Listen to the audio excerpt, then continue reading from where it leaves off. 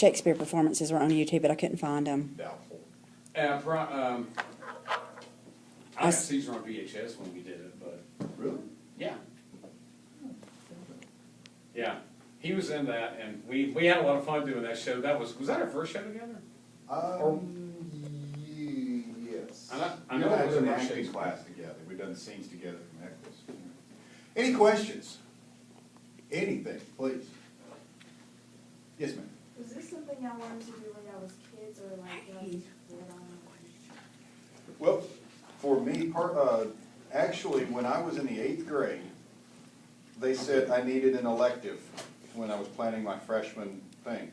And they said, you can take art, you can take drama, you can take this. And I was like, well, drama sounds fun.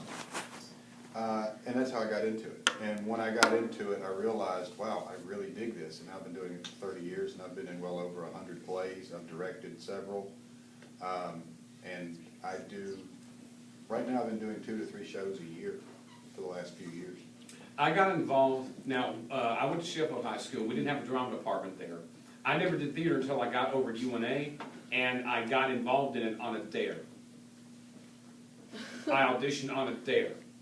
Had some friends of mine saying, hey, we're thinking about auditioning for a play that they're doing here at UNA. What do you say? You want to do it? You want to do it? Person who chickens out has to buy all the beer. It's like, yeah, I'll do it. Well, we all showed up. That play, Shakespeare's Midsummer Night's Dream. First play I ever did was a Shakespeare play. I was there. My senior class came to see that. Mm-hmm. Really? Yeah. They took us to UNA to go see it. My God, you guys saw y'all saw my stage debut. I played Aegeus in A Midsummer Night's Dream. So even the very first play that I did was a Shakespeare play. And you have all these resources available, YouTube, Netflix, where you can watch these plays. You can listen to recordings of them as you read. You can supplement your learning. But the most important thing, if you ever get a chance to see the plays done live, especially if you get a chance to go to the Alabama Shakespeare Festival down in Montgomery.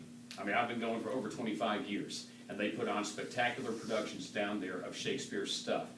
Treat yourself, go down to Montgomery, spend the weekend, do what I do, spend the weekend and see 3 or 4 shows. Make it worth your trip down there. Or even if you can just get down there to see one play. Did any of you have an interest in Shakespeare, theater, anything like that before you guys had to do Romeo and Juliet? It's okay if you say no. I don't think anybody in this class is in drama yet. Are Belle you? is. I was Tinkerbell in. Tinkerbell was. Do you know what I did when I was a Oh, kid? Belle does. I so hated that show. Mom took me to see that when I was a child. And I so hated that show when they come out and say, everybody clap to bring Tinkerbell back to life. I was the one kid in the theater who sat there and went, No. I refused to clap. I killed Tinkerbell. That's how much I hated that show. No, we love theater. We've been doing shows together for 25 years. We have acted Shakespeare together. I have directed him in Shakespeare. It's a never, I still go back. Let's just take Macbeth as an example. I've directed it. We just take Anna Kay. Hey, Anna Kay, hey Kay. Stop saying my name. Even now, after I've read the play backwards and forwards a gazillion times, I've directed it, I will still go back and look at Macbeth, and I will still pick up on something I missed first time around. There are excellent movie versions of these plays. The best Hamlet, in my opinion, is the Mel Gibson one that came out in '90. Zeffirelli did that one also, didn't he? Zeffirelli directed that. That is the way Hamlet was meant to be played. Do not miss it. Do not miss it. You guys probably don't. I don't know if you know who Mel Gibson even is. Mel Gibson has been in movies for a while, but back in 1990, he was at the top of his game. He was coming off the Lethal Weapons. He was an action hero. He was Mad Max, for criminy's sake. And then when they said he's playing Macbeth, we all laughed, because that was right about the time I met you guys. Yeah. And we were like, Mel Gibson can't play Hamlet. And that movie was released, if I'm not mistaken, on Christmas Day, wasn't it? Wasn't that a Christmas Day movie? Mm-hmm. and it was mesmerizing. He was amazing in it, and several Hamlets have been done since then. Even Kenneth Branagh, who specializes, it appears, in Shakespeare, was not able to top Mad Max doing Hamlet, and it was wonderful. And it is set period, but it is wonderful.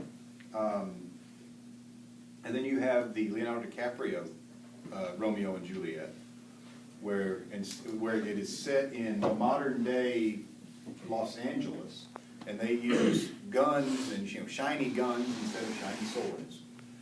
But all the language is the same. That's why I was like, you don't have to set Shakespeare in 1590. I do not recommend that version because, now I know you may love Baz Luhrmann's other films that he's done, like Chicago or Moulin Rouge or Baz Luhrmann, whatever he's done. those are like two that I can think of. That version of Romeo and Juliet, I think, is an absolute atrocity because it is quite obvious that Leonardo is who's in it with it, the girl? Claire Danes. Claire Danes. They do not know what the words mean. And if you watch that Romeo and Juliet, you will not know what the words mean either.